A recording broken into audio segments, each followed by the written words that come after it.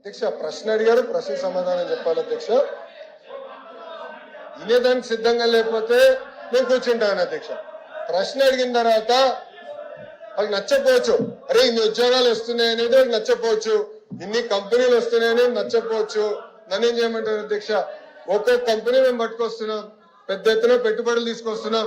25.3% భారతదేశంలో పెట్టుబడులు ఈరోజు ఆంధ్ర రాష్ట్రంగా వస్తున్నాయి.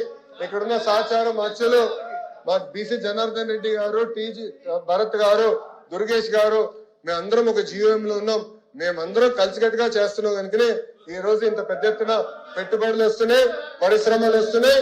20 లక్షల ఉద్యోగాలు మేము కల్పిస్తాం అధ్యక్ష. అధ్యక్ష, మా సభ్యులు స్ట్రైట్ గా అడిగిన ప్రశ్న ఏంటంటే విశాఖ నగరంలో ఉన్న విలువైన భూముల్ని మీరు వచ్చి 99 పైసలు ఇస్తున్నారు. అది ఇచ్చిన దాంట్లో పారదర్శకత లోపిస్తుంది. మీరు వచ్చి వారితో ఏం సంబంధం చేసుకుంటున్నారో ప్రపంచానికి తెలియాలి, కానీ మాకు తెలియదు, ప్రపంచానికి కూడా తెలియదు. మీరు లోపాకారిగా చేస్తున్నారు.